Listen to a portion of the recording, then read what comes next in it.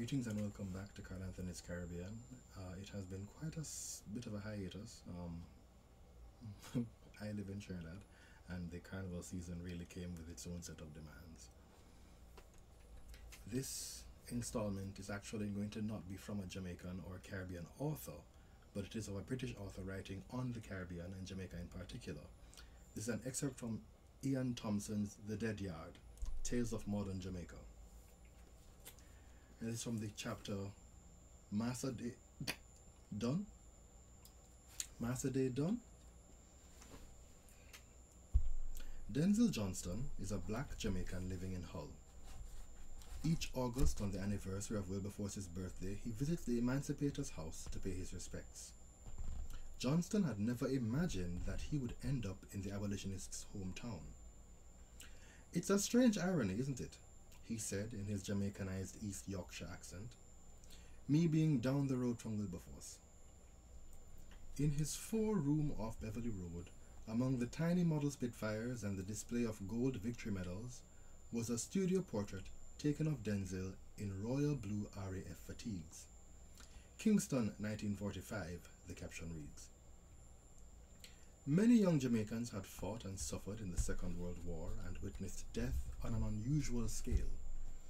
At the outbreak of the conflict, RAF trucks had driven around Kingston with the words "Give unto Britain, and Britain will give you more" stenciled on the side. As the war with Hitler approached, Jamaicans were exhorted to donate scrap metal to help build planes for Britain. Johnston's father spent a good deal of time listening to the shortwave radio broadcasts from England, which brought news of the sinking of the HMS Hood, then later of Dunkirk and the Battle of Britain. In Kingston, there was constant patriotic activity of all kinds. But was it right for Jamaica to back a European war for democracy when its own people had been denied the right to self-rule? Every Jamaican family in Johnston's circle gave up kettles, colanders, zinc baths, clothes hangers for the mother country.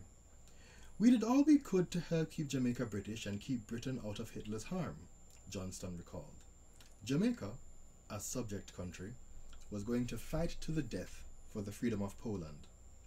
At Barclays Bank in Kingston, the Imperial administration set up an account under the name Jamaica Plane Fund. Money poured in from the scrap metal sales, and with it, Jamaica was able to buy a Spitfire for the Battle of Britain. Housewives were proud to imagine that it was their saucepan, the silver melt of their cookware, that had made part of the Spitfire, recalled Johnston. "We Jamaicans were Britishers at heart, and it would have been incredible if we, Britain, had lost the war." To be an Anglophile and a Jamaican was not, for Johnston, a contradiction. He was in Wiltshire for the VJ, Victory in Japan Day celebrations. "Women came up to kiss me. They were thanking me, for my service to Britain." After training with the RAF as an engine fitter, Johnston's first job took him to Hull, where for 3 decades he worked for British Aerospace, cheering, as he put it, for Wilberforce.